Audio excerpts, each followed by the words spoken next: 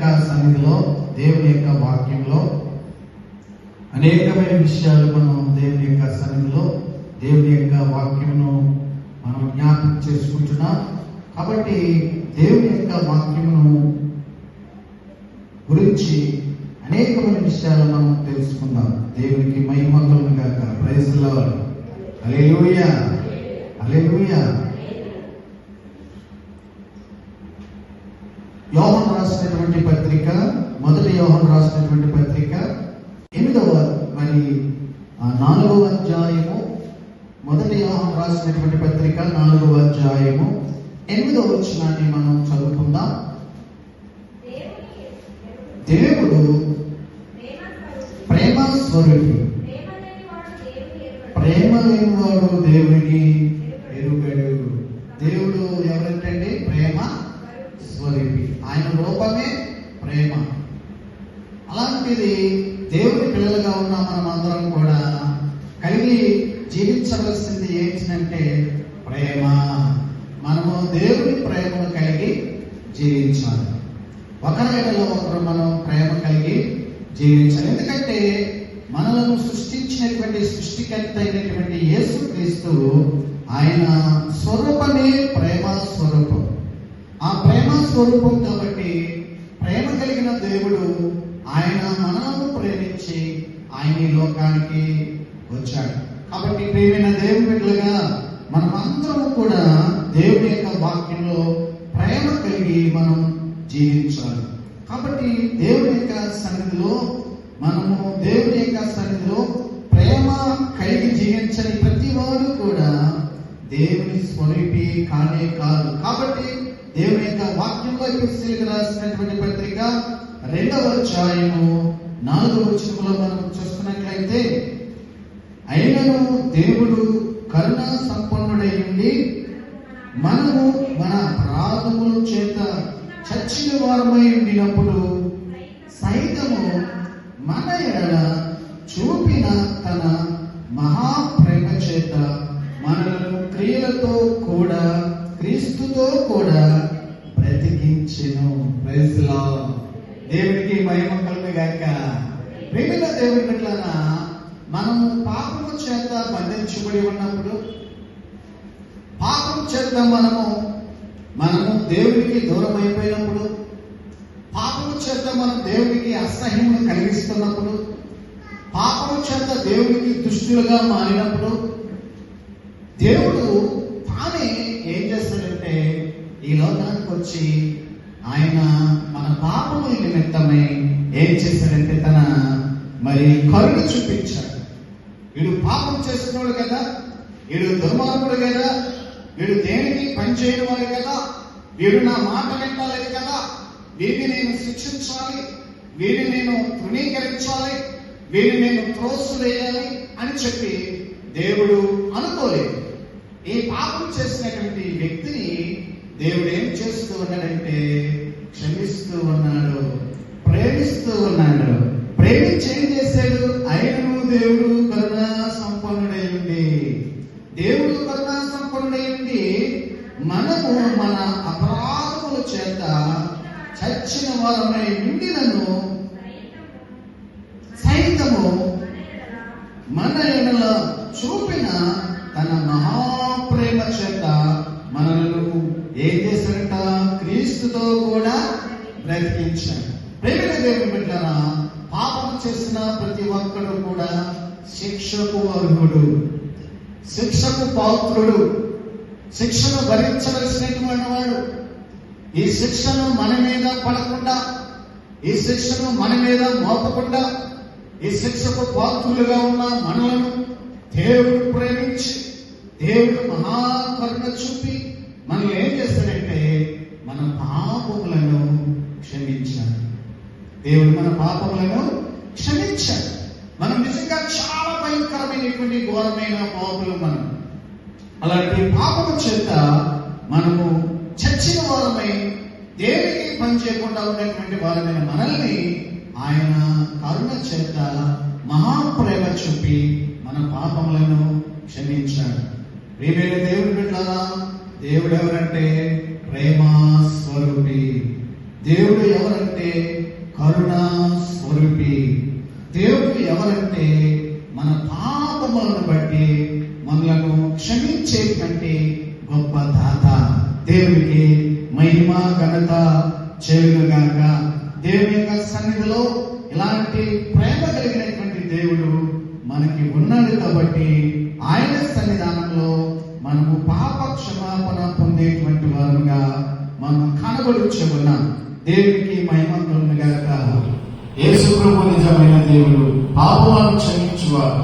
కాబట్టి ఆయన ఆజ్ఞలను కైకొనని వాడు అబద్ధికుడు, వాడిలో సత్యం లేదు. ఎన్నిసార్లు దేవుడు మనల్ని క్షమించిన, ఎన్నిసార్లు దేవుడు మనల్ని ఆయన అమూల్యమైన కృపలో మనల్ని భద్రపరిచిన, మనం ఆయనను అర్థం చేసుకోకపోతే మనం ఎలా మారిపోతున్నామంటే అబద్ధికులుగా మారిపోతున్నాం. ప్రియమైన దేవుడి బిడ్డలారా, దేవుని వాక్యం వింటున్నా నీవు నేను కూడా దేవుని సన్నిధిలో మనం అబద్ధికులుగా మారడానికి లేదు. మన పాపములను క్షమించేవాడు యేసుక్రీస్తు. మన కొరకు రక్తమును కార్చిన వాడు యేసుక్రీస్తు. మన కొరకు తన శరీరమునంతా నలగొట్టుకొని తన రక్తం ద్వారా మనకి పరిశుద్ధతను కలగచేసిన వాడు యేసుక్రీస్తు. కాబట్టి అలాంటి యేసుక్రీస్తుని మనం ఎప్పుడు కూడా మర్చిపోకూడదు. అలాంటి యేసుక్రీస్తుని మనం ఎప్పుడు కూడా విడిచిపెట్టకూడదు. ఆయన ఇచ్చినటువంటి ఆజ్ఞలు, ఆయన ఇచ్చినటువంటి శాసనాలు, ఆయన ఇచ్చినటువంటి కట్టడలు, ఆయన ఇచ్చినటువంటి నిబంధనలు ఏవైతే ఉన్నాయో వాటన్నిటిని మనం మనస్ఫూర్తిగా అనుసరించి జీవించేటువంటి వారుగా కనబడుతూ ఉన్నాం. దేవునికి మహిమ కలుగును గాక. ప్రియమైన దేవుని బిడ్డలారా, దేవుని యొక్క వాక్యంలో మరి మనమందరం కూడా నీతిమంతులుగా జీవించడానికి ప్రయత్నం చేయాలి. మొదటి యోహాను రాసినటువంటి పత్రిక 3వ అధ్యాయం 6వ వచనంలో మనం చూస్తున్నట్లయితే, ఆయన యందు నిలిచియుండువాడెవడును పాపము చేయడు. దేవునికి మహిమ. దేవునిలో మనం నిలిచి ఉంటే, దేవునిలో మనం నడిస్తే, దేవునిలో మనం కూర్చుని ఉంటే, దేవుని బిడ్డలుగా మనం జీవిస్తే ఏం చేయండి? పాపమే చేయం. పాపం చేయం. దేవుని ప్రేమించేవారు, దేవుని యొక్క సన్నిధిలో దేవుడు మనల్ని ప్రేమించి మన పాపములను క్షమించాలి. కాబట్టి మనం ఏం చేయాలంటే మనము దేవునిలో ఉండాలి. మరలా మనం పాపంలో పడిపోకూడదు. మరలా మనం దేవునికి కోపం రప్పించకూడదు. మరలా దేవునికి మనం అవమానకరంగా మార్చకూడదు. దేవుడిని మనం అవమానకరంగా మార్చకూడదు. మనల్ని బట్టి అనుజుల ఎదుట దేవుని నామమునకు మరి అవమానము కలగకూడదు. దేవుడు మనల్ని చూస్తున్నాడు.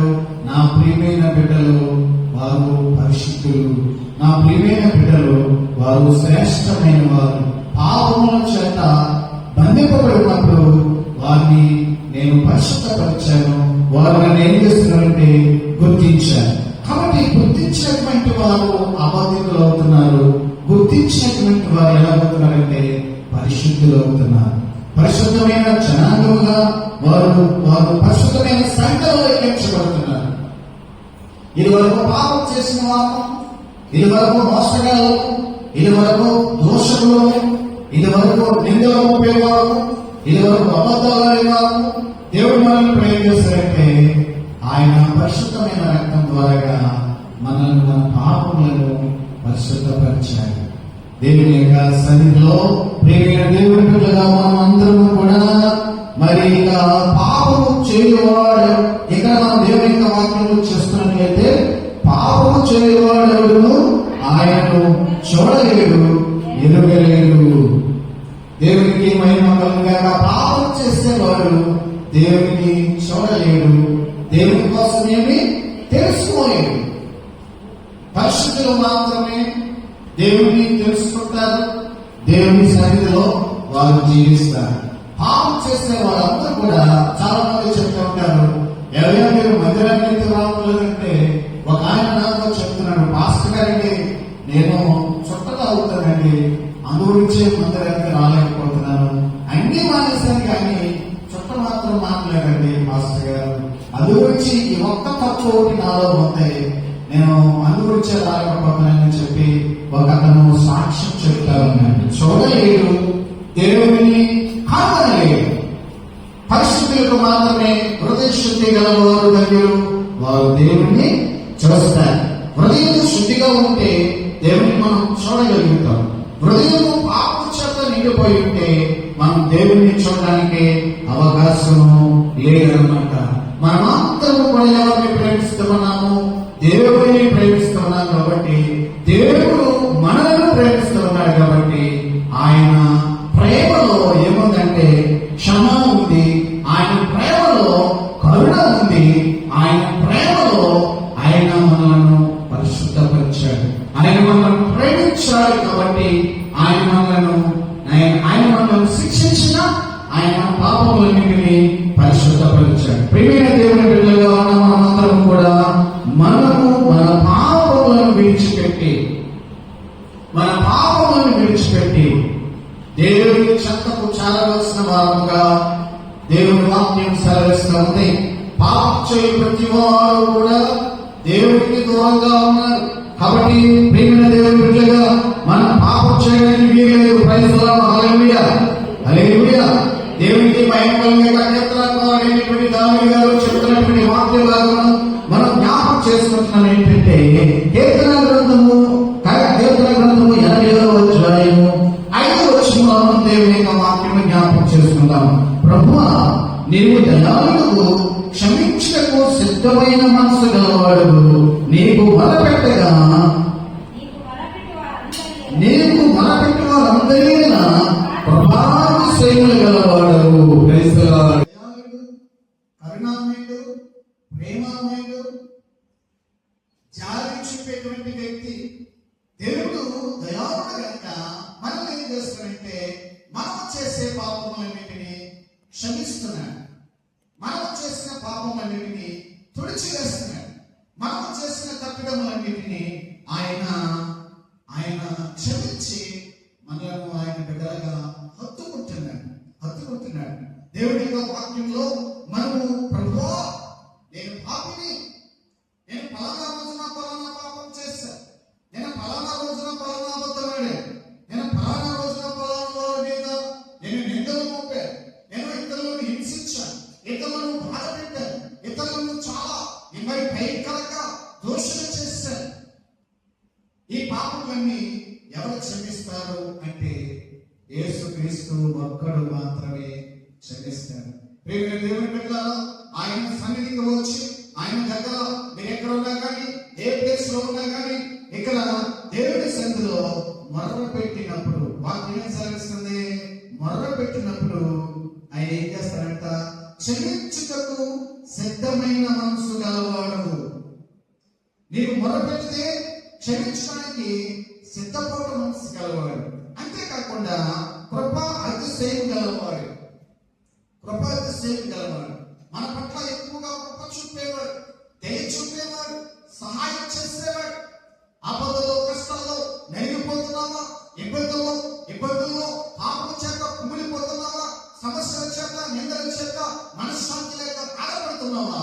దేవుడి వాక్యం సెలవిస్తుంది ఏంటంటే దేవుడు మనలను క్షమించడానికి ఆయన దయాళుడిగా, మరి క్షమించడానికి కృపాతిశయముగా మనసు గలవాడిగా ఈ వాక్యంలో దేవుడు సెలవిస్తున్నాడు. కాబట్టి ఎందుకు ఇవన్నీ చేస్తున్నాడంటే ఆయన మనలను ప్రేమించి ఇంత గొప్ప కార్యమును మన పట్ల చేస్తున్నాడు. కాబట్టి ప్రియమైన దేవుని బిడ్డలు ఉన్న మనం అందరం కూడా దేవుడిని మనం అనుసరించే వారంగా ఉండాలి. దేవుని మార్గంలో నడిచే వారంగా ఉండాలి. దేవుని చిత్తమును నెరవేర్చే వారంగా ఉండాలి. దేవునికి స్తోత్రం, ప్రైజ్ లార్డ్, హల్లెలూయా.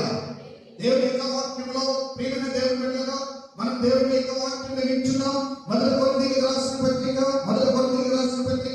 13వ అధ్యాయము 11వ వచనంలో మనం చూస్తున్నట్లయితే, తొదకు సహోదరులైన సంతోషించుడి, పూర్ణులైనడి, ఆదరణ కలిగి ఉండుడి, ఏక మనసు గలవారై యుండుడి, సమాధానముగా ఉండుడి, ప్రేమ సమాధానములకు కర్తయు దేవుడు నీకు తోడైయుండును. హల్లెలూయా. అందరూ చెప్పమని తెలుసుకుందాం. హల్లెలూయా, హల్లెలూయా. దేవుడు చెప్పినటువంటి మాటలు ఏంటో తెలుసా? మనము సహోదరులుగా ఉండాలి. రెండవదిగా పూర్ణ మనసుతో ఉండాలి. మూడవదిగా ఆదరణ కలిగించేటువంటి మాటలు మనము ఇతరులతో మాట్లాడాలి. దుఃఖంలో ఉన్నటువంటి వారి దగ్గరికి వెళ్ళినప్పుడు వారికి కావాల్సింది ఏంటంటే ఆదరణతో కూడినటువంటి మాటలు. ఎవరైనా రోగులుగా ఉన్నారనుకోండి, వాళ్ళకి మనం చెప్పాల్సింది ఏంటంటే ఆదరణతో కూడినటువంటి మాటలు. ఎవరైనా కష్టాల్లో ఎదుర్కొన్నారనుకోండి, వారికి మనం చెప్పవలసిన మాటలు ఏంటంటే ఆదరణతో కూడినటువంటి మాటలు. ఎవరైనా పోలీస్ స్టేషన్కి వెళ్ళారనుకోండి, వారికి మనం ఎలా చెప్పాలి? ఆదరణతో కూడినటువంటి మాటలు చెప్పాలి. నువ్వు పోలీస్ స్టేషన్ ఎదుర్కొన్నావు కదా, ఎఫ్ఐఆర్ బుక్ అవుతుంది, పోలీసులు నీకు మరి జైలు శిక్ష విధిస్తారు, లేకపోతే కోర్టుకి వెళ్ళాలి, కోర్టు పట్టిస్తారంటే ఆ వ్యక్తి ఏమైపోతాడండి? ఇంకా భయపడిపోతాడు, ఇంకా భయముతో చింతతో వేదనతో జీవిస్తూ ఉంటారు. అలాంటి వ్యక్తుల దగ్గరికి, కొంచెం కష్టంలో ఉన్న వారి దగ్గరికి, కొంచెం ఇబ్బందుల్లో ఉన్న వారి దగ్గరికి మనం వెళ్ళినప్పుడు మనం ఎలా ఉండాలి? ఆదరణ కరమైన మాటలు చెప్పేవారిగా ఉండాలి. రెండవదిగా దేవుని యొక్క వాక్యము ఏం సెలవుస్తుందంటే మనమందరం కూడా ఏక మనసు కలిగి ఉండాలి. మనమందరం ఎలాంటి మనసు కలిగి ఉండాలి? ఏక మనసు కలిగి ఉండాలి. అంతేకాకుండా మనమందరం కూడా సమాధానం కలిగి ఉండాలి. ఒకరైనా ఒకరు విరోధమైనది ఏది చేయకుండా, ఒకరైనా ఒకరు కక్ష చేత కానీ, మరి లేకపోతే ఏ విధమైన భేదము చేత కానీ మనము ఇతరులు మనం తృణీకరించకుండా అందరితో సమాధానముగా ఉండడానికి ప్రయత్నం చేయాలి. ప్రేమ దేవుని బిడ్డగా. అంతేకాకుండా మరి సమాధానం కాకుండా ఒకరు ఏమి కలిగి ఉండాలి? ప్రేమ కలిగి ఉండాలి. ప్రేమ కలిగి ఉండాలి. ప్రేమ కలిగి జీవించడానికి మనం నిత్యము కూడా మనం ప్రయత్నం చేయాలి. కాబట్టి దేవుని యొక్క వాక్యము సాగిస్తుంది. దేవుడు కరుణామయుడు, దేవుడు దయామయుడు, దేవుడు జాలి చూపేవాడు, దేవుడు దీర్ఘశాంతం చూపేవాడు, దేవుడు మన పాపములను క్షమించేవాడు, దేవుడు ప్రేమ కలిగిన వాడు. చూసారండి, ప్రేమ ఉంటేనే తండ్రి కుమారుని ప్రేమించగలడు. కఠినంగా ఉంటే తండ్రి తన కుమారుడు చేసిన తప్పుల్ని క్షమించలేదు. ప్రేమ ఉంటేనే చిన్నపిల్లడు కదా, నా కొడుకే కదా, ఓన్లే క్షమిద్దాం, ఓన్లే విడిచిపెట్టేద్దాం, ఇంకోసారి చెయ్యలే, చిన్నపిల్లడు కాబట్టి చేస్తున్నాడు, పెద్దోడైతే చెయ్యడు అని చెప్పి మనం మన పిల్లల పట్ల ఎలాగా ప్రేమ చూపుతామో దేవుడు కూడా మన పట్ల కూడా అలాగే ప్రేమ చూపేటువంటి వాడిగా ఉన్నాడు, ధైర్యం చూపేటువంటి వాడిగా ఉన్నాడు. ఆయన మన మీద జాలిపడి మన పాపములను క్షమించేవాడిగా ఉన్నాడు. కాబట్టి మనమందరూ కూడా పూర్ణ మనసుతో దేవుడిని నమ్ముకోవాలి. మనమందరూ కూడా సమాధానం అనే బంధము చేత ఐక్యపరచబడి ఉండాలి. మనమందరూ కూడా ఒకరిలో ఒకరు ప్రేమ కలిగి ఉండడానికి ప్రయత్నము చేయాలి. దేవుని నామమునకు మహిమ ఘనత చెల్లును గాక. Praise the lord. ప్రియమైన దేవుని బిడ్డలుగా ఉన్న మనమందరం కూడా దేవుని యొక్క సన్నిధిలో మరి యోహాను రాసినటువంటి పత్రిక 1వ అధ్యాయము 5వ వచనం నుండి మనం దేవుని యొక్క వాక్యమును జ్ఞాపకం చేసుకుందాం. మీ వారి వలన విని మీకు ప్రకటించే వర్తమానము ఏమనగా, దేవుడు వెలుగై ఉన్నాడు, ఆయన యందు చీకటి ఎంత మాత్రము లేదు. Praise the lord. దేవునికి మహిమ కలుగును. హల్లెలూయా. దేవుడు ఎవరండి? వెలుగై ఉన్నాడు. దేవుడు ఎవరండి? వెలుగై ఉన్నాడు. దేవుడు వెలుగు అంటే ఏంటంటే ఆయన దగ్గర చీకటి అంటే అనేది లేదు. చీకటి పాపం లేదు. దేవుడు పరిశుద్ధుడు, దేవుడు నీతిమంతుడు, దేవుడు నిందారహితుడు, ఏ పాపము లేనటువంటి వారు యేసుక్రీస్తు. కాబట్టి వెలుగులోనికి వచ్చిన వారు, వెలుగులో ఉన్నటువంటి వారు ఎవరు అంటే పాపమైనటువంటి వారు. ఆయనలో చీకటి ఎంత మాత్రము కూడా లేదు. ఆయనలో చీకటి ఎంత మాత్రం కూడా లేదు. ఆయన ఏముందంటే వెలుగు ఉంది. దేవుని యొక్క వాక్యంలో ఈ మాటలు వింటున్న నీవు నేను కూడా మన జీవితాన్ని సరి చేసుకునే వారముగా మనం జీవించాలి. కాబట్టి మనమందరూ కూడా వెలుగు సంబంధులుగా బ్రతకాలి. వెలుగులో జీవించే ప్రతి వారు కూడా ఎలాంటి వారంటే పరిశుద్ధులు. వెలుగులో జీవించే ప్రతి వారు కూడా నీతిమంతులు. వెలుగులో జీవించే ప్రతి వారు కూడా సమాధానపరచువారు. వెలుగులో జీవించే ప్రతి ఒక్కరు కూడా ఆదరణకరమైన మాటలు చెప్పేటువంటి వారు. వెలుగులో జీవించే ప్రతి ఒక్కరు కూడా దేవుని బిడ్డలుగా మనం అందరము ఒకరి ఎడల ఒకరు ప్రేమ కలిగిన వారు.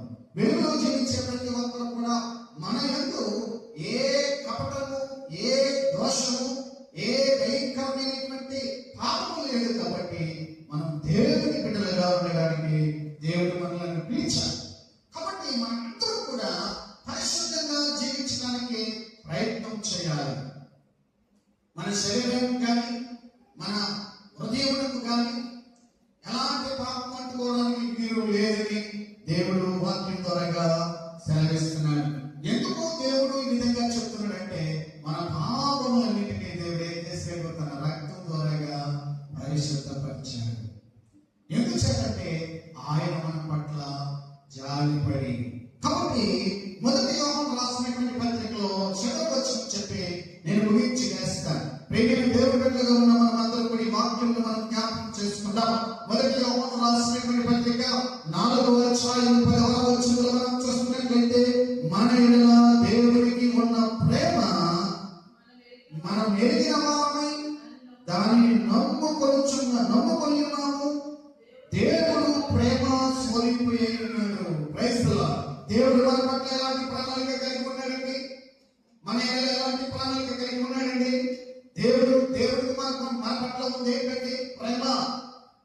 దేవుడికి మన పట్ల ఉన్నది ప్రేమ. కాబట్టి మనము అలాంటి ప్రేమను కలిగి జీవించాలి. అలాంటి ప్రేమను మనం కలిగి జీవిస్తున్నప్పుడు మన పక్కన ఉన్న వారిని మనం ప్రేమించగలుగుతాం. అలాంటి ప్రేమను మనం కలిగి జీవిస్తున్నప్పుడు మన పక్కన ఉన్న వారిని తోటి సహోదరుడిగా, తోటి సహోదరిగా మనం భావించగలుగుతాం. మనమే ప్రేమ లేనప్పుడు మనము ప్రేమను ఎలా చూపించగలుగుతాం? కాబట్టి దేవుడు ఎవరంటే ప్రేమ. మన ఎడల దేవుడికి ఉన్న ప్రేమ. ప్రేమను మనం ఎరిగిన వారమై దానిని నమ్ముకొని ఉన్నాం. దేవుడు ప్రేమ స్వరూపి ఉన్నాడు. దేవుడు ప్రేమై ఉన్నాడు. ప్రేమ యందు నిలిచి యుండువాడు దేవుని యందు నిలిచి ఉన్నాడు. దేవుడు వాని యందు నిలిచి ఉన్నాడు. నీవెవరికైతే ప్రేమిస్తూ ఉన్నావో, నీవు ప్రేమ కలిగి జీవిస్తే దేవుడు నీ పక్షంగా ఉంటాడు, నీ పక్కనే ఉంటాడు. మనం ప్రేమ కలిగి జీవించే వాళ్ళుగా దేవుని యొక్క వాక్యము ఉండాలని, దేవుని యొక్క వాక్యం కలిగి జీవించాలని దేవుని యొక్క వాక్యం సెలవిస్తుంది. కాబట్టి ప్రేమ లేనివాడు మరి ఎన్ని ప్రవచనాలు చెప్పినా, ప్రేమ లేనివాడు ఎన్ని దర్శనాలు చూసినా, ప్రేమ లేనివాడు ఎన్ని వాక్యాలు చెప్పినా, ప్రేమ లేనివాడు ఎన్ని దాన ధర్మాలు చేసినా ప్రయోజనం లేదు. ప్రేమ చాలా విలువైనటువంటిదిగా వాక్యం సెలవిస్తుంది. ప్రేమ ద్వారా ఆయన మనం ఏం చేస్తారంటే మనము చేసిన అపరాధములను, మనము చేసిన పాపములను, దుర్మార్గమైనటువంటి పనులన్నిటినీ దేవుడు తన రక్తం ద్వారా, కలువరి శిలువలో కార్చిన అమూల్యమైన రక్తం ద్వారా ఆయన మనం ఏం చేశాడు? పరిశుద్ధపరిచాడు, మనలను క్షమించాడు. కాబట్టి మనం ఇప్పుడు దేవుడిని తెలుసుకోవాలి, దేవుడి మార్గంలో నడవాలి. దేవుడికి వ్యతిరేకమైనటువంటి పనులు మనం చేయకూడదు. అయితే ప్రియమైన దేవుడి బిడ్డలా, దేవుడు నన్ను కూడా తెలుసుకున్నాడు. ఓ నా ప్రియమైన కుమారుడా, ఓ నా ప్రియమైన కుమార్తె, నువ్వు నా సన్నిధికి రా, నువ్వు నా సన్నిధికి రా. నేను నిన్ను ప్రేమిస్తూ ఉన్నాను, నేను నీ పాపమును క్షమించడానికి సిద్ధంగా ఉన్నాను అని చేతులు చాపి నిన్ను నన్ను కూడా ప్రేమతో పిలుస్తూ ఉన్నాడు. ఆయన యేసు ప్రభు, ఆయన మన ఇంటికి వచ్చి మన తలుపు కొడుతున్నాడు. నీతో కలిసి ఆయన భోజనం చేయాలని ఆయన మన ఇంటికి వస్తున్నాడు. మనం ఆయన్ని గుర్తించాలి. ఆయన మన ఇంటికి వచ్చినప్పుడు ఆయన మనం ప్రేమతో ఆహ్వానించాలి. దేవుడు అంటున్నాడు, ఎవరైనా దేవుడి పేరట మీ ఇంటికి వస్తే వాళ్ళని మనం ఏం చేయాలి? చేర్చుకోవాలి. వాళ్ళకి మనం ఏం చేయాలి? చేర్చుకోవాలి, ఆతిథ్యం ఇవ్వాలి, వారికి మనం గౌరవించాలి, వారికి మనం ప్రేమించాలి. కాబట్టి ప్రేమైన దేవుని బిడ్డలారా, దేవుని ప్రేమ ఎంతో విలువైనటువంటిదిగా దేవుని యొక్క వాక్యం సెలవిస్తుంది. మనమందరం కూడా దేవుని యొక్క సన్నిధిలో అందరూ లేచి నిలబడి దేవుని సన్నిధిలో నిన్ను నేను ప్రేమిస్తున్నాను ప్రభువా, నిన్ను నేను ప్రేమించే వ్యక్తిగా, నిన్ను నేను గుర్తించే వ్యక్తిగా నన్ను చేయి ప్రభువా అని చెప్పి మనం అందరూ కూడా లేచి నిలబడతాం. దేవునికి స్తోత్రం, ప్రైజ్ లార్డ్, హల్లెలూయా. ప్రేమించేదా యేసు రాజా, నిన్నే ప్రేమించేదా, ప్రేమించేదా యేసు రాజా, నిన్నే ప్రేమించేదా.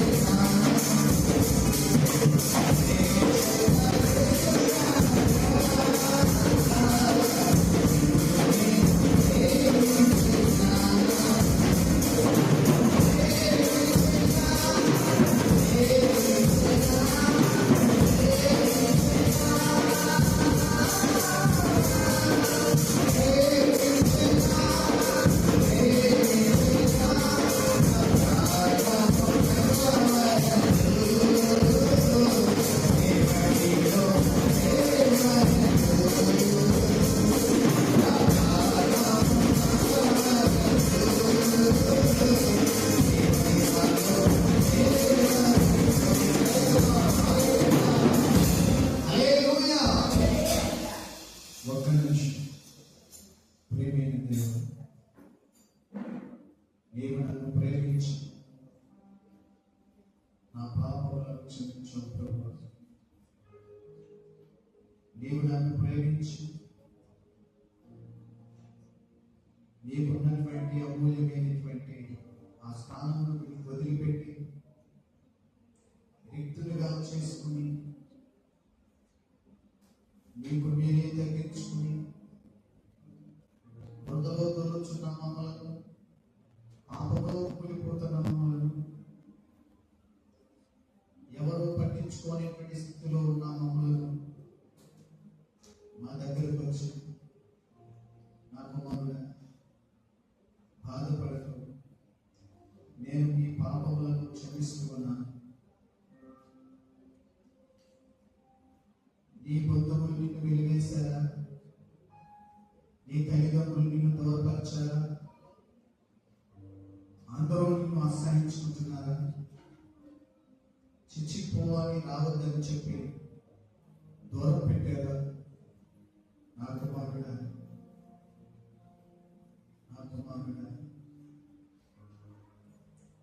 అందరూ నిన్ను చేయని చెప్పి, వీడు పాపిస్తోడని చెప్పి, వీడు పనికిరాడని చెప్పి నిన్ను అసహించుకుంటా ఉన్నారా, నేనైతే నిన్ను ప్రేమిస్తున్నాను, నేనైతే నీ పాపములను క్షమిస్తున్నాను, నేనైతే నిన్ను కౌగిలించుకోవడానికి సిద్ధంగా ఉన్నాను. నీకు ఇష్టమైన ఇవ్వబోతున్నా నా జీవితాన్ని యేసు ప్రభు క్షమించడానికి, ఆయన అమూల్యమైన రక్తంతో మనం పరిశుద్ధపరచడానికి ఈ లోకానికి వచ్చాయని నేను గుర్తించినట్లయితే యేసు ప్రభు నీ వదిలిపెట్టాడు. యేసు ప్రభు మార్గంలో నడుస్తాడు. యేసు ప్రభు బిడ్డలుగా జీవించడానికి నిర్ణయం తీసుకుంటాడు. యేసు చనిపోయేంత వరకు ఆయన నా దేవుడు, ఆయన బిడ్డగా నేను జీవిస్తాను, ఆయనకు సాక్షిగా జీవిస్తాను, ఆయన నామమునకు మహిమ తెచ్చే బిడ్డగా నేను ఉంటాను అని మీలో ఎవరైతే ప్రార్థన చేస్తున్నారో దేవుడు మిమ్మల్ని హెచ్చరికమైనటువంటి మహిమ చేత ఇప్పుడు కాక ఆయన కృపలో మిమ్మల్ని నడిపించిన కాక ఆయన మిమ్మల్ని ఆదుకొనును కాక ప్రార్థన చేస్తున్నాను. ప్రియమైన దేవా, మీకు వందనాలు తండ్రి. మిమ్మల్ని ప్రేమించే వారుగా, మిమ్మల్ని అర్థం చేసుకునే వారుగా, మీ మార్గంలో నడిచే వారుగా మమ్మల్ని సిద్ధపరచుమని, మీకు ఇష్టమైన బిడ్డలుగా మమ్మల్ని యేసయ్యా మమ్మల్ని కనికరించుమని, యేసయ్యా మీ అమూల్యమైన గొప్ప చేత మమ్మల్ని నింపండి, యేసయ్యా మీ పరిశుద్ధమైన రక్తంలో మమ్మల్ని కలిగినందుకు వందనాలు. సమాధానం లేక జీవిస్తున్నాము, సమాధానం ఇచ్చినందుకు మీకు వందనాలు ప్రభువా. భయంకరమైన స్థితిలో ఉన్న మమ్మల్ని ప్రభు ఎంత గొప్ప స్థానం ఇచ్చి మమ్మల్ని ప్రభు ఈ స్థితిలో నిలబెట్టిన విధానం బట్టి మీకు వందనాలు యేసయ్యా. అంతా కూడా యేసయ్య ప్రభు, యేసయ్యా యేసయ్యా యేసయ్యా మమ్మల్ని కనికరించినందుకు వందనాలయ్యా, మమ్మల్ని కనికరించినందుకు వందనాలయ్యా, మా పైన ప్రేమ చూపినందుకు వందనాలయ్యా. నీ మార్గంలో నడుస్తాను యేసయ్యా, నీ మార్గంలో నడుస్తాను యేసయ్యా, నీ బిడ్డగా నేను జీవిస్తాను యేసయ్యా, నీ చిత్తం నేను నెరవేరుస్తాను ప్రభువా. నేను బ్రతికినంత కాలం నీ బిడ్డగా నేను జీవిస్తాను ప్రభువా. నన్ను క్షమించినందుకు వందనాలయ్యా, నన్ను క్షమించినందుకు వందనాలయ్యా, నా కొరకు నీ రక్తాన్ని కాల్చినందుకు వందనాలు ప్రభువా, నా కొరకు నీ శరీరాన్ని నాలుగునందుకు మీకు వందనాలు. నేను పొందవలసిన డబ్బులు మీరు పొందారయ్యా. అయ్యో దేవా, దేవా, నా మీదకి రావాల్సిన శిక్ష మీ మీదకి వచ్చిందయ్యా. క్షమించండి. ఈ బిడ్డగా మేమందరం మీ సన్నిధిలో జీవించడానికి సహాయం దయచేయండి. మీ కరుణ చేత, మీ ప్రేమ చేత, మీ జాలి చేత, మీ దయాలత్వం, మహాదయాలత్వం మా పేరు కృపరచండి. మీ ఇష్టమైన బిడ్డగా నిరంతరం జీవించినట్లు కృప దయచేయండి. మందిరంలోనే కాదు, మా జీవితంలో బయట కూడా ప్రభు ఈ సాక్షులుగా జీవించడానికి కృప దయచేయండి. యేసు నామములో అడుగుచున్నాం తండ్రి, ఆమేన్. Praise the lord.